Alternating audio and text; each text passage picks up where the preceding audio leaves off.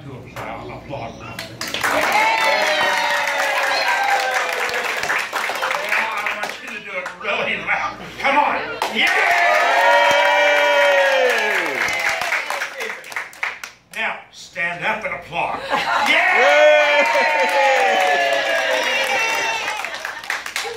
Okay, I just have one thing. It came across as a news bulletin. We heard it in Great Bend, Kansas, when the three sisters got together and they were actually told to speak louder.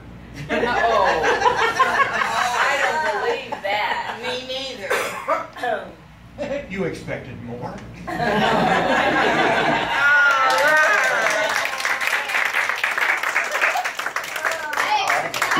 Maybe Gigi can tell us about George.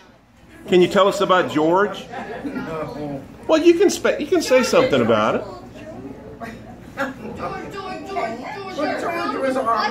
George was my sister's and my imaginary brother. We said we lost him. We really lost him. And so every time we had a sister's weekend, we paid tribute to George, brought gifts for George. We had a wonderful time. Any of you been to our sister's weekend? Yeah. Yeah. We had a lot of fun. Yeah. It was fun. It was fun. That's all. George was our brother. No. He also got free birthday cake in restaurants they went to. Free birthday cake for George. Yeah. We could reenact the photograph. Are you talking about when Anna put all those biscuits in her purse? Yeah, that was, she put the biscuits in her purse, and then had the waiter come with a sparkler singing happy birthday to George. No, I think Michael ought to tell the story about his haircut. Oh, you want me to tell the haircut? Tell the haircut story. Haircut story. I'm putting everything down. He's going to the front. It's guilty. Oh, it's funny. Well, I'm not really sure if the story is PC today, but in my day it was pretty typical. My father was ex-military, and every time the hair touched his ears, it was the proper thing to go to the barber shop.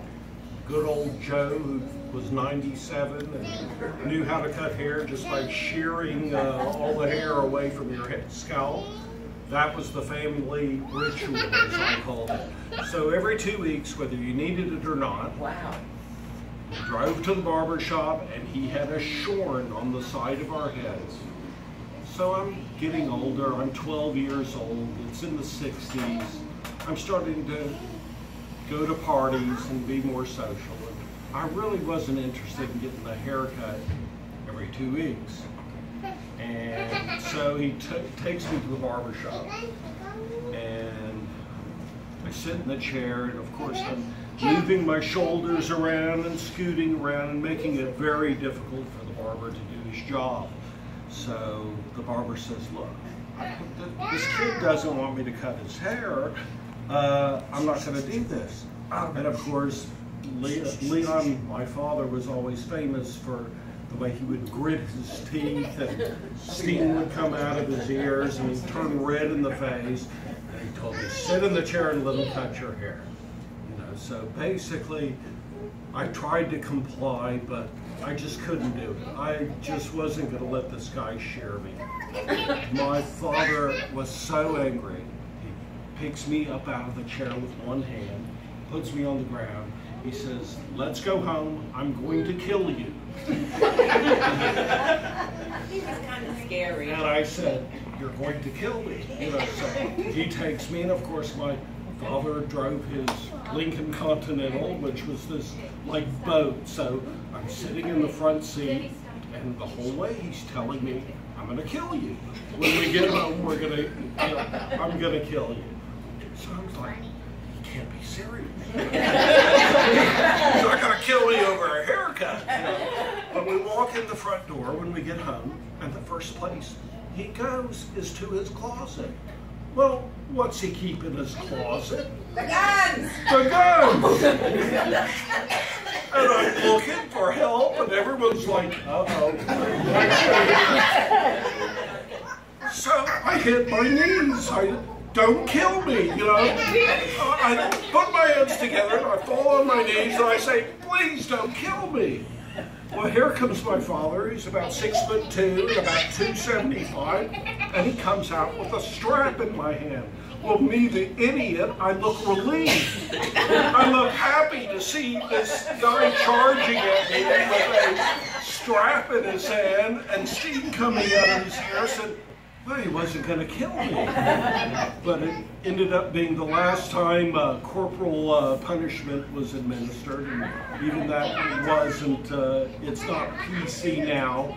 My father had his faults. That happened to be one of them. But it's a story that I won a English assignment in.